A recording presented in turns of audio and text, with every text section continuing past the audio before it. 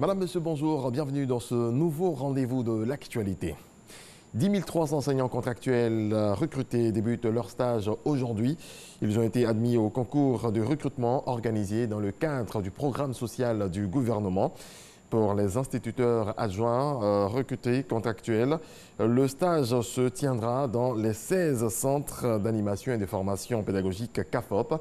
Quant aux enseignants contractuels de collège et de lycée, le stage se fera par discipline dans des établissements secondaires. Le président de l'Assemblée nationale ivoirienne est en tournée dans le district du Woroba. Amadou Soumaoro s'est rendu pour la première étape à Mankono. Moussa Konaté. Le président de l'Assemblée nationale en tournée dans le district du Woroba. Première étape de cette visite, la ville de Mankono, chef-lieu de la région du Béri. Les populations venues des différentes localités félicitent Amadou Soumaoro pour son élection à la tête de l'Assemblée nationale de Côte d'Ivoire et de l'Assemblée parlementaire de la francophonie. Elles expriment leur gratitude au chef de l'État Alassane Ouattara pour ses actions de développement. Nos remerciements et notre reconnaissance vont à l'endroit du président de la République, son Excellence M. Alassane Ouattara, pour les grands travaux engagés pour la modernisation de notre réseau routier et pour la confiance qu'il a bien voulu placer en notre fils que vous êtes. Nous ressentons cette confiance en notre fils comme un immense honneur à tout le district du Woroba. Tu quittes Abidjan à 7h avant, jusqu'à 20h, 21h, il y a des moments où vous dormez en route. Mais aujourd'hui, tu sors à Abidjan à 7h30, à 15h, au plus tard, sinon à 14h, vous êtes à Mankono. Nous avons de l'eau, nous avons de l'électricité presque dans tous les villages. 60 ans, Mankono n'avait pas connu de bitume. Il vient de nous donner le bitume. Toutes les régions aujourd'hui, il y a partout l'électricité, l'eau, etc. Les routes sont praticables. Ah non, ça vous dit merci au président. Et puis la promotion des cadres. Une reconnaissance des populations du Béri, saluée par le président de l'Assemblée nationale. Amadou Soumaoro réaffirme son intérêt pour l'union et la solidarité des cadres afin d'accompagner le président de la République dans ses missions en faveur des populations. Beaucoup de nos cadres sont nommés.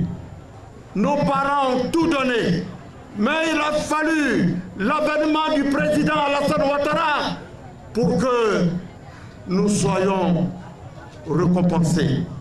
En moins de 8 ans, le président de la République a repositionné la diplomatie ivoirienne. Cette diplomatie patiente, cette diplomatie modérée, cette diplomatie efficace a repositionné notre pays au centre de la communauté diplomatique et au centre de la communauté financière internationale. Le président Amadou Soumaoro annonce également le bitumage de l'axe Mankono-Séguéla, projet très attendu par les populations dont les travaux sont prévus démarrer les jours à venir. On passe à l'économie. Les agents de l'inspection générale du Trésor sont en formation. Objectif, perfectionner les approches et méthodes afin de mieux pratiquer l'audit interne. Jean-Jacques Kwame nous en parle. Cette formation à la certification en audit interne des cadres du Trésor est assurée par le projet d'appui à la gestion économique et financière PAGEF. Elle est financée par la Banque africaine de développement BAD. Objectif, renforcer les capacités opérationnelles du service d'audit et accroître le professionnalisme des auditeurs internes du Trésor. Nous avons à cœur de contribuer à la certification, à la qualification individuelle des auditeurs internes et puis après, nous préparer vers l'évaluation par des organismes certificateurs du service d'audit, de la division d'audit. Il m'est apparu important de niveler ces missions aux standards des organes de contrôle à l'échelle internationale. Aussi, a-t-il été introduit dans les attributions de notre inspection générale la mission d'audit, dont le but ultime est de conformer l'ensemble de nos procédures à la réglementation en vigueur. Plusieurs thématiques seront abordées au cours de cette formation, entre autres la gouvernance, le management des risques et des dispositifs de contrôle, les risques de fraude et la sécurité de l'information. Cette session prend fin le 9 septembre prochain. Le mouvement Vision 2020 lance une campagne de don de sang, une campagne nationale. Anyama et Treichville sont les localités visitées hier dimanche. L'objectif est ambitieux, mais pas impossible. Atteindre l'autosuffisance en sang d'ici à décembre 2019. Regardez. Avoir du sang disponible et combler le gap annuel de 70 000 poches de sang en Côte d'Ivoire est la préoccupation des démobilisés, membres du mouvement Opération Vision 2020 Amadou Gon Coulibaly. En cette année d'action sociale, ils veulent contribuer à travers une caravane nationale de dons de sang à la mobilisation pour atteindre l'autosuffisance en sang. En donnant du sang, c'est quand même une action sociale. Ça va permettre aussi de sauver des vies humaines et surtout permettre au Centre national de transfusion sanguine d'être autosuffisant parce qu'il y a un gros problème de manque de sang. Aujourd'hui, Dieu merci, la Côte d'Ivoire a gagné la bataille du sang propre. Maintenant, il lui faut gagner la bataille du manque de sang. Ça ne peut pas se faire si chacun de nous n'accompagne pas. Les démobilisés ont répondu nombreux à l'appel du mouvement Opération Vision 2020. Je donne mon sang pour sauver la vie des êtres humains. Une mobilisation qui réjouit le personnel du Centre national de transfusion sanguine et la représentante du maire de Treichville. À présent, nous sommes à 68 poches. Il n'y a qu'une poche de sang, ça sauve une vie. Donc à 68 poches, on peut dire que l'engouement y est et puis on reçoit toujours les donneurs.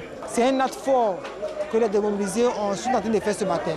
On tient au nom du ministre Fatal Bamichal à leur dire merci pour ça. Jean-Charles Yaya Chaudron, président national du mouvement Opération Vision 2020, exhorte toute la population à adhérer à cette caravane qui sillonnera tout le territoire jusqu'à fin décembre prochain. Des Ivoiriens en bonne santé est la vision du gouvernement Amadou Gon Coulibaly. Prochaine étape, Bouaké. Une délégation du ministère de la Culture et de la Francophonie effectue une mission au Brésil, une mission de recherche, dans le cadre du projet Route de l'esclave, initié par l'UNESCO. La Côte d'Ivoire veut retracer le parcours des esclaves ivoiriens déportés vers l'Amérique, ou alors les Amériques, dès le XVe siècle. Serge Coléa. Sur les traces de la traite négrière et des Ivoiro-descendants au Brésil, les envoyés du ministre de la Culture et de la Francophonie, Maurice Kwaku-Bandama, ont visité Pelourinho, dans le centre historique de Salvador de Bahia, première capitale coloniale du Brésil, entre le XVIe et le XVIIIe siècle. Pelourinho a abrité dès 1558 le premier grand marché d'esclaves sur le continent sud-américain. À Pelourinho se trouve la première église catholique construite par les esclaves pour les esclaves.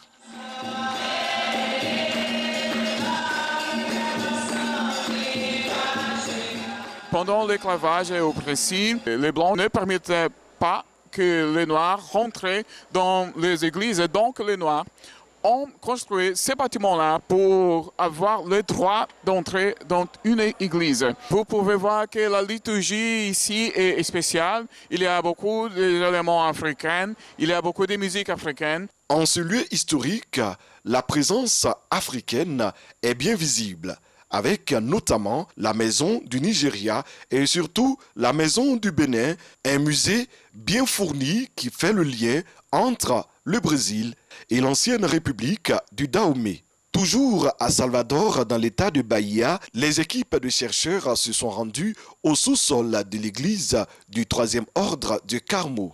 Beaucoup d'esclaves ont trouvé refuge ici. Ils ont aidé cette église à faire face à l'envahisseur. En retour, l'église leur a accordé une protection de façon clandestine. Nous constatons que l'église ici, à ce moment-là, a eu un rôle de protecteur des esclaves. Nous sommes en 1624. Et cela a duré un an. Une autre organisation incontournable à Salvador, c'est la Société protectrice des invalides. Fondée en 1832 par des Africains affranchis, elle a joué un rôle majeur dans le rachat de la liberté des esclaves. Nous avons été félicités par l'UNESCO avec le prix mémoire du monde. Sur la route de l'esclave au Brésil, la délégation du ministère de la Culture et de la Francophonie a aussi consulté les archives publiques de l'État de Bahia. Des passeports, des registres datant de 1865, des lettres d'affranchissement et bien d'autres sources documentaires en rapport avec l'esclavage y sont disponibles. À Salvador de Bahia, 80% des habitants se déclarent descendants d'esclaves africains.